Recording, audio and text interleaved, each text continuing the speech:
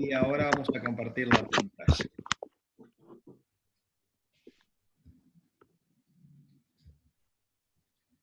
Muy bien. Avíseme si se ve una pantalla que tiene que decir fertilización.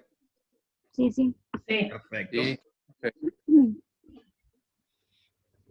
Bueno, bárbaro. Vamos a repasar algunos conceptos que tuvimos la clase pasada y vamos a avanzar un poquito más. Lo que ya vimos lo vamos a hacer un poco más rápido y un poco, pero bueno, cualquier duda que tengan me van preguntando, no hay problema.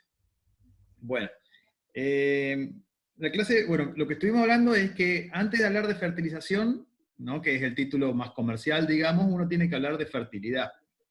Fertilidad es cómo estaría nuestro suelo con respecto a la provisión de lo que necesita la planta. Digamos, el suelo, cuando hablamos de fertilidad del suelo, ¿no? La planta necesita determinadas cosas para hacer su proceso completo de crecimiento y de desarrollo. Bueno, cuando hablamos de fertilidad del suelo es cómo es ese suelo con respecto a la provisión de lo que esa planta necesita como mineral. Nosotros habíamos visto en lo que era el proceso de fotosíntesis, por lo menos que habíamos visto que la planta necesitaba el sol, la luz de energía del sol, que en eso teníamos plena disponibilidad, por suerte, por unos millones de años más tenemos. Después, lo que sería el dióxido de carbono, que en este momento abunda, que lo utilizan para la fotosíntesis, eso con respecto a lo que está en el aire, y después, en el suelo, teníamos el tema de los minerales, o las sales minerales, y el agua. Ahora vamos a ver un poquito más adelante, lo vamos a repasar, pero un concepto muy importante es que una de las funciones principales que tiene el agua, no es la única, pero una de las principales, tiene que ver con poder solubilizar estos elementos, es decir, diluirlos en agua para que la planta lo pueda absorber, porque la planta puede absorber solamente los líquidos con las sales disueltas. Entonces, en ese sentido, el agua gana mucha importancia. Bueno, entonces, tenemos que entender que un suelo es fértil cuando tiene esta provisión y disponibilidad, y la palabra disponibilidad no está puesta ahí aleatoriamente. Disponibilidad significa que tenés suelos que pueden tener los minerales o los nutrientes necesarios, pero puede que no estén al alcance o disponibles de la planta. Por lo tanto, ese suelo no es fértil para la planta por más que tenga todas las condiciones nutricionales de provisión. Esto también gana importancia ahora un poquito más adelante cuando hablemos, por ejemplo, de la acidez del suelo. Estuvimos viendo cuando vimos propiedades químicas del suelo que cuando un suelo es con una determinada acidez o alcalinidad, algunos nutrientes dejan de estar disponibles porque cambian su forma su estado químico. Entonces, por ejemplo, el fósforo, cuando baja mucho el pH, se hace sólido, no puede disolverse en agua y la planta no lo puede tomar. Este es un concepto interesante porque, por ejemplo, cuando nosotros hacemos un análisis de suelo, a veces nos da que un suelo tiene todos los nutrientes, pero en realidad no todos los nutrientes están disponibles. En ese sentido hay otras formas de analizar los suelos, o hay datos dentro del análisis de suelos que nos puede estar indicando este tipo de limitación de nutrientes. Bueno, otro concepto que tenemos que tener muy en cuenta es que las necesidades nutricionales de una planta cambian y varían a lo largo del año y a lo largo de su vida. Y también dependiendo de cómo está esa planta. O sea, no es lo mismo la necesidad de una planta joven que de una planta adulta. Es como los chicos o como las personas. No es lo mismo las necesidades nutricionales de un niño que de una persona adulta. No es lo mismo, cuando me refiero, por ejemplo, al estado fenológico, no es lo mismo una planta, la necesidad de una planta en llenado de fruto, en floración o con frutos, a una planta que esté en estado de latencia en invierno. Que es lo mismo que, por ejemplo, una mamá que está gestando un bebé. No siempre tiene mayor necesidad nutricional. No es lo mismo una planta enferma que una planta totalmente sana. Y esto también tiene como una contraparte, como un contralado, digamos. Parte de la salud de la planta tiene mucho que ver con su estado nutricional también. Y en esto, con Pablo siempre lo hemos hablado, ¿no? Siempre lo conversamos cuando tenemos ese ida y vuelta, que la parte de la salud de las personas tiene mucho que ver con su alimentación. Y bueno, y lo mismo pasa con las plantas. La planta bien nutrida es un primer paso de defensa, quizás una de las barreras más importantes para la defensa contra las enfermedades que tiene una planta, ¿no? Y cuando veamos justamente enfermedades, una de las cosas que vamos a hablar es que la planta tiene que estar bien nutrida y ahí tenemos una planta con buena resistencia. Y tampoco es lo mismo una planta que está, como dijimos, en invierno, con una latencia de invierno, a las necesidades que tiene en primavera y verano. No sería problema para nosotros todas estas variaciones de la planta a lo largo de un año o a lo largo de su vida, si no fuera porque los fertilizantes o los nutrientes en el suelo tienen una determinada vida útil, es decir, una determinada estabilidad, que en algunos casos nosotros podemos fertilizar ahora y en 1 o 2 meses el fertilizante se puede haber ido por distintos motivos. Cosa que con la materia orgánica no pasa. La materia orgánica puede ir sumándose y agrandándose y teniendo más, haciendo como un stock dentro de lo que sería el suelo. Pero los fertilizantes químicos, por ejemplo, tienen este problema de que se pueden ir. Entonces, saber el momento en el que vos tenés que aplicar un fertilizante químico es muy importante, saber qué necesidades tiene la planta en ese momento, ¿no? Bueno, estoy queriendo hacerlo rápido y lo estoy haciendo más detallado que la otra vez. Bueno, esto lo conversamos la clase pasada también, y hablamos de esta ley que es muy importante dentro de lo que es la fertilización o la provisión de nutrientes, que es la ley del mínimo, la ley de Liebig. ¿Qué significa? O perdón, ¿qué dice? Que tenemos el elemento limitante de producción es el que a nosotros nos da la limitación del crecimiento. Yo lo había ejemplificado, vale la pena que lo hagamos de vuelta, con un barril, en el cual le faltan, por ejemplo, distintas alturas de tablas o distintas, tiene agujeros, por ejemplo. A medida que nosotros vamos tapando esos agujeros, es decir, proveyendo el nutriente que falta, el pleno potencial de crecimiento de esa planta se puede expresar. Ese barril lleno de agua sería la planta creciendo lo máximo que su potencial genético da. Entonces, los distintos elementos químicos son como agujeritos. Si el suelo no tiene ese elemento químico, ese agujerito está abierto. Entonces, el crecimiento no sucede y la planta se queda. Yo le digo crecimiento por dar un ejemplo, pero en realidad lo que está pasan son otras cosas que generan limitantes en el vegetal, ¿no es cierto? Es muy importante esta ley porque uno entiende un poco cómo funciona, pero sobre todo porque uno comprende que cuando vos tenés un elemento, el suelo con un elemento satisfecho, es decir, con la cantidad de ese elemento cubierta, y lo que le falta es otro, por ejemplo, tenemos un suelo con mucho fósforo, pero no tenemos manganeso, a vos lo que te puede pasar es que la planta no te crezca como vos querés, no pueda expresar su potencial, y que vos le sigas agregando nitrógeno y fósforo, y en realidad lo que estés haciendo es tirando la basura a ese fertilizante, porque en realidad lo que tenías que hacer es tapar el agujerito de manganeso. Entonces, es muy importante entender que la alimentación de la planta, al igual que la alimentación del ser humano, tiene que ser algo integral, tiene que tener la mayor cantidad de nutrientes posibles. Por más que nosotros ahora vamos a ver que tenemos lo que se llaman los macronutrientes, o los que la planta más utiliza, como son el nitrógeno, el fósforo y el potasio, y otros elementos que también, pero bueno, el nitrógeno está a la cabeza, ¿no?, en cantidad. Pero la solución no es siempre agregarle nitrógeno.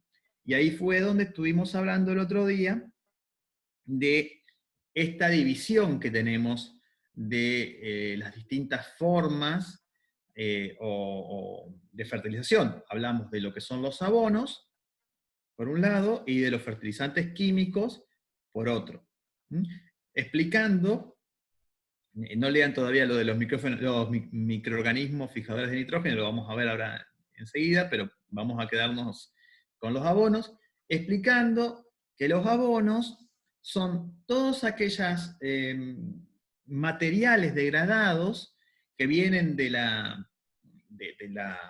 justamente, valga la redundancia, con eso nos zafa siempre, de la degradación que pueden ser de residuos de origen animal o vegetal, todo eso que lo que hace es que nos enriquece esta fracción de materia orgánica del suelo. ¿Se acuerdan que cuando vimos la estructura del suelo, vimos que tenía aire, agua, material mineral, que podía ser limo, arena y arcilla, y teníamos esta fracción de materia orgánica? Bueno, todo aquello que a nosotros nos enriquezca esta fracción o nos mejore esta fracción de materia orgánica del suelo, la vamos a considerar abono, ¿no? Entonces, si nosotros podemos enriquecer esta materia orgánica tiene la ventaja, con lo que respecta a la ley del mínimo, es que es muy rica en elementos. ¿Mm? Tiene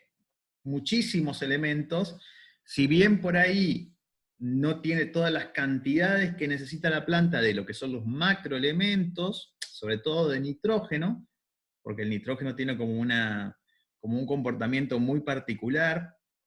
Bueno, creo que lo hablamos un poquito la otra vez. El nitrógeno, al ser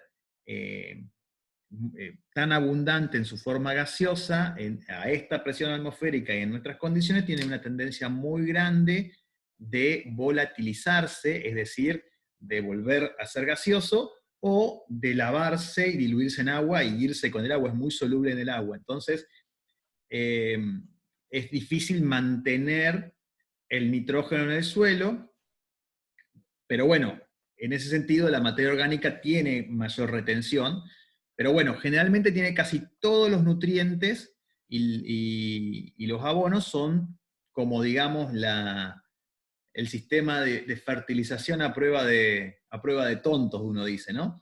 Eh, a ver. A su vez, Panchi, por ahí, perdón por interrumpir. Sí. El aporte de materia orgánica en estas formas, ya sea a través de estiércol, compost, bueno, diferentes fuentes, ayuda a mejorar la estructura del suelo, que indirectamente también mejora la fertilidad, porque tenemos más lugar donde alojar esos nutrientes. Un suelo por ahí con una textura arenosa, que tiene una estructura muy suelta, al agregarle materia orgánica logramos mejorar los agregados y bueno, una mayor retención de nutrientes y de agua. Eso es totalmente correcto, Mariana. Como dice Mariana, no solamente mejora en lo que es nutrientes, sino que mejora el concepto completo de fertilidad.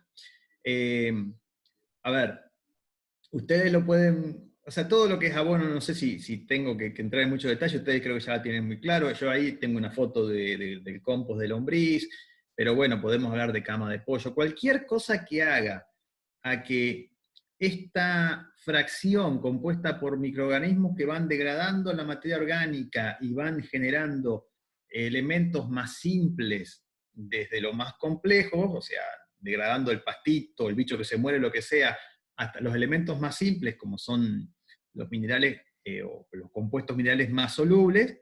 Bueno, todo lo que enriquezca el suelo desde ese lado mejora no solamente la provisión de nutrientes, sino la fertilidad completa, ¿no?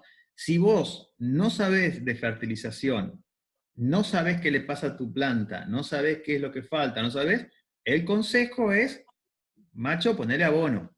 No quiero ser, vamos a hacer lenguaje inclusivo. Todos y todas pónganle abono.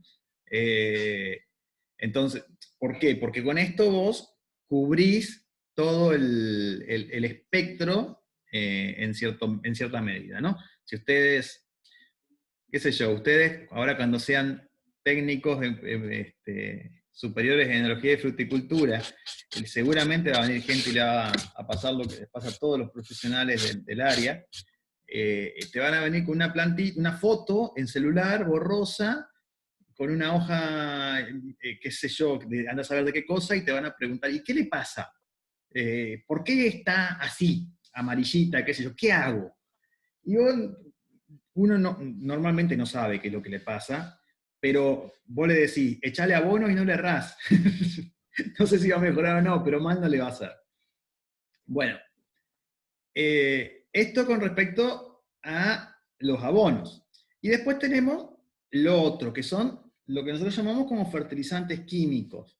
¿Mm? Es cualquier tipo de sustancia inorgánica que contenga un nutriente en forma específica que se usa para incrementar, digamos, la cantidad de ese nutriente que hay en el mismo suelo.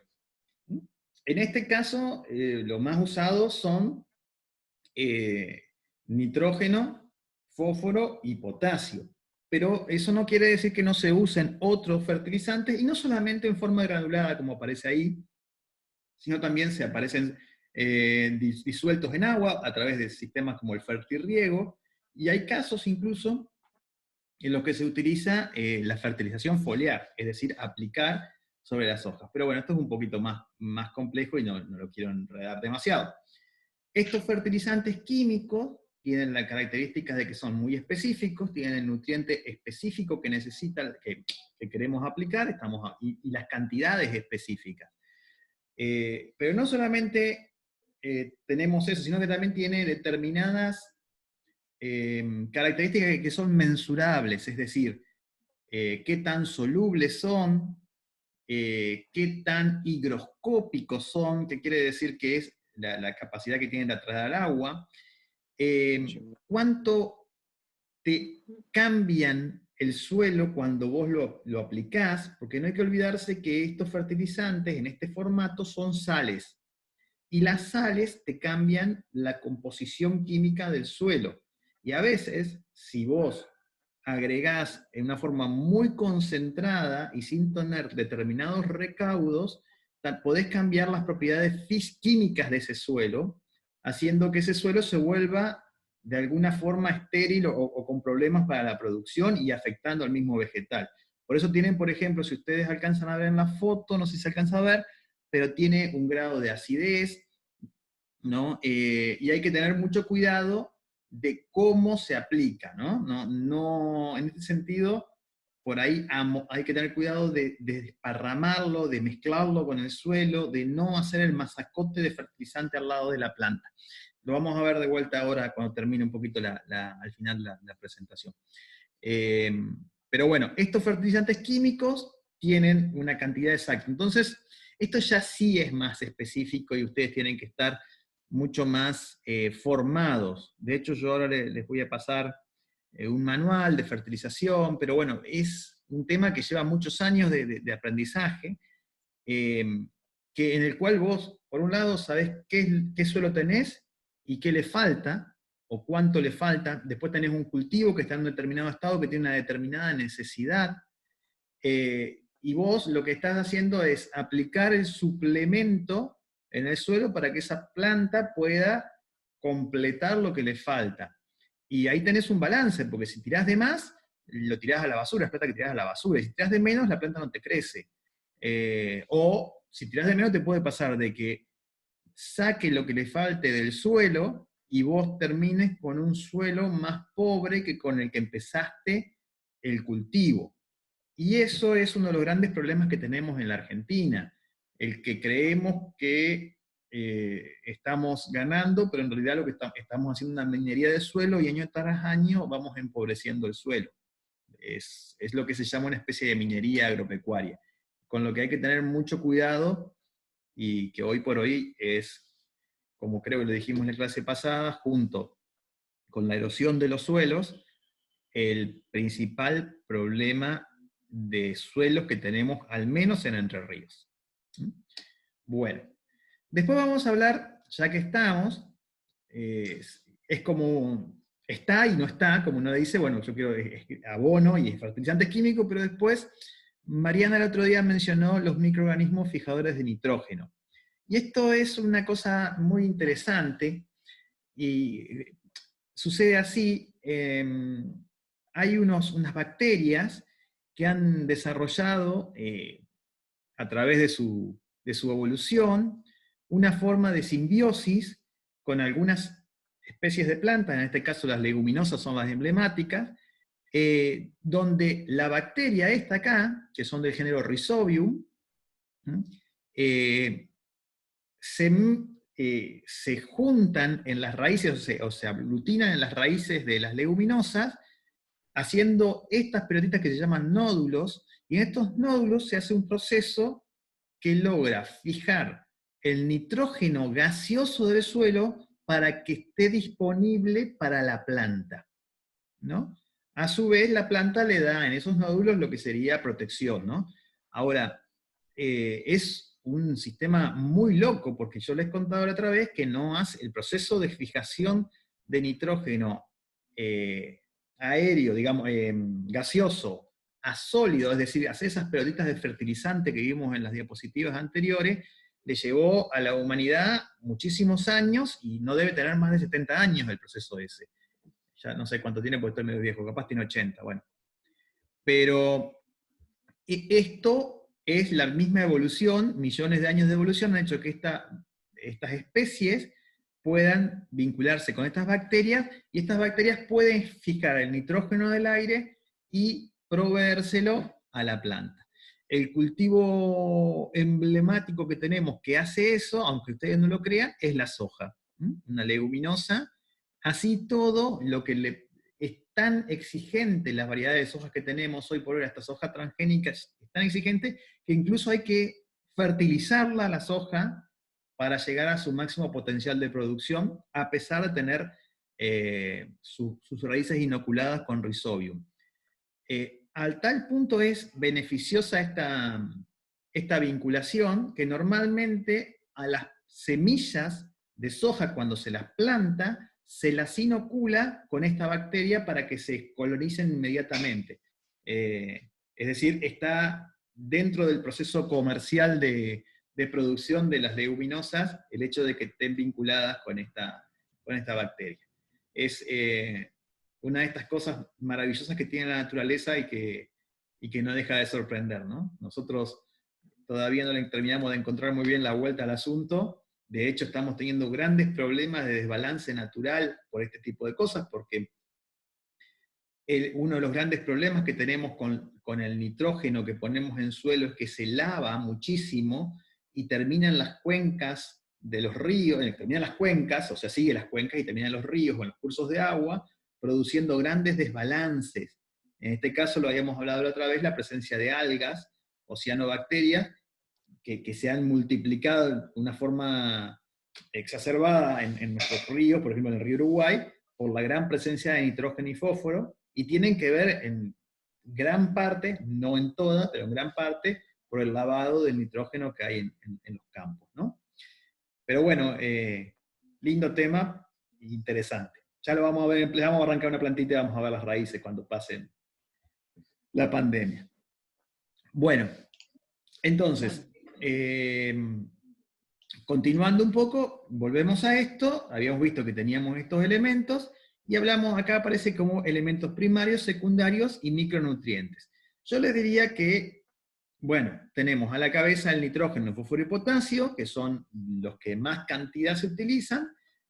Después aparecen los micronutrientes, yo les diría, o secundarios como dicen acá, que serían el calcio, el azufre y el magnesio.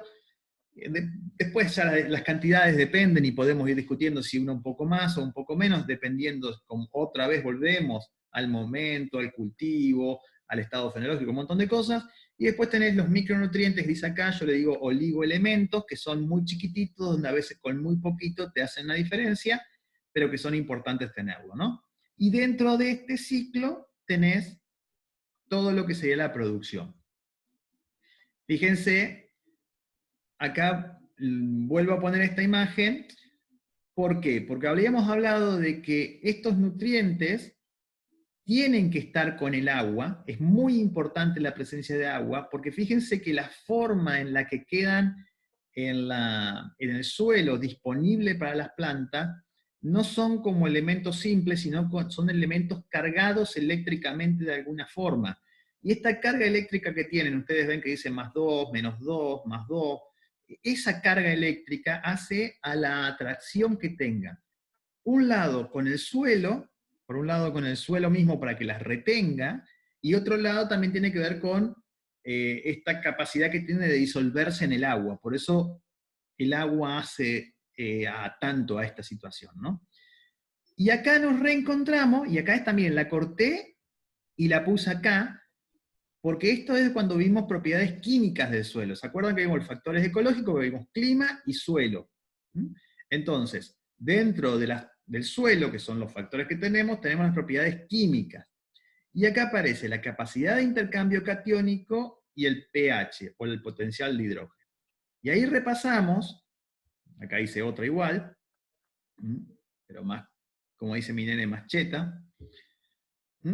¿Qué es la capacidad de intercambio catiónico? La capacidad de intercambio catiónico es la capacidad que tiene una partícula de suelo, en este caso, por ejemplo, la arcilla, que es una de las principales, o con más capacidad de intercambio catiónico, es decir, la que tiene más, digamos, a ver cómo lo decimos, más cargas negativas, más magnetismo a estas partículas de suelo, que atraen, en partículas de suelo, a estos elementos, perdón, esa es la palabra correcta, a estos elementos químicos que los atraen y los retienen más tiempo y evitan que se laven con el agua y se vayan. Entonces, un suelo con mucho contenido de arcilla puede retener más a estos elementos que están disueltos en el suelo, y en ese sentido aparece de vuelta lo que decía Mariana, la materia orgánica tiene un montón de estas cargas negativas y aumenta la capacidad de intercambio catiónico, es la capacidad de retener estos iones. Entonces, la materia orgánica enriquece y hace más fértil ese suelo, justamente, entre otras cosas, por esto, porque retiene más nutrientes, aparte de que tiene más. También aparece el pH, ¿no? El potencial de hidrógeno. ¿Y se acuerdan que habíamos visto también esto? Esto es un rango de pH, acá está el pH más ácido, que es bueno, el más ácido es 1, y esto va a 14, ¿no? Y 7 es el neutro. Bueno, fíjense cómo la disponibilidad de los distintos nutrientes, esto que aparece acá, el grosor que tiene, varía en función de la acidez o alcalinidad de un suelo. Y acá de vuelta tenemos este factor que decíamos, por ahí tenemos un suelo que tiene todos los nutrientes, pero que no los tiene necesariamente disponibles. Y también, uno de los factores interesantes que lo mencionaba Mariana hoy, es cómo también la materia orgánica mejora, en este caso el abono y la materia orgánica, lo que habíamos visto que eran los agregados, que son la estructura propia del suelo, que hacen muchísimo a la calidad de ese suelo. Lo habíamos visto antes. Veo que me quedan 2 minutos y 48. Después volvemos a este mismo link. Y acá aparece un factor. En los ingleses le dicen las 4 R's. Nosotros teníamos que decir las 4 C sobre cómo fertilizar. Y esto ya tiene más que ver cuando utilizas un fertilizante químico, no con los abonos. Los abonos ya dijimos que podemos echarle y se defienden y mejoran la cantidad, y es como que te amortigua y te mejora la calidad de ese suelo en general sin problema. En cambio, cuando usas fertilizantes químicos ya tenés que tener en cuenta otras cosas. Y los ingleses usan las 4 R's. The right product, the right rate, the right time, and the right place. Y nosotros decimos las 4 C. Que sería el producto correcto, es decir, usar el fertilizante correcto, o sea, no poner, justamente por lo que hablamos hoy, no le vas a poner el que no corresponde porque estás tirando plata a la basura. La cantidad correcta, porque si pones de más, se te va a ir, la planta no lo va a tomar, y si pones de menos, no te va a alcanzar. en el momento correcto, ¿m? En el momento correcto, lo hablamos hoy de todas las variabilidades que hay dentro de la vida de la planta, y no solamente de eso, sino también con las variabilidades climáticas y estacionales que hay, y en el lugar correcto. ¿M? Esto tiene que ver con la ubicación del fertilizante con respecto a la planta. ¿M? Por ahí, yo no quiero, o no creo, no quiero, no vamos a tener tiempo de avanzar para aprender todo lo que deberíamos aprender para realizar fertilizaciones químicas, ¿no? Pero sí comprender estos conceptos generales y, como uno dice, ¿no? Aprender a caminar antes de aprender de empezar a correr. Y creo que en este sentido, lo primero es entender que tenemos que usar la materia orgánica más que nada y mejorar la cantidad de materia orgánica del suelo como premisa principal. Y después, si tenemos que recurrir a esto, bueno, tenemos que tener muy en claro que tenemos un gran riesgo de tirar plata a la basura si hacemos las cosas mal. Bueno, se está por cortar en menos de un minuto y volvemos al mismo link. No sé si hay alguna duda, no veo que nadie haya escrito. Más o menos se va entendiendo? Sí, sí. Sí, sí. Bárbaro. Si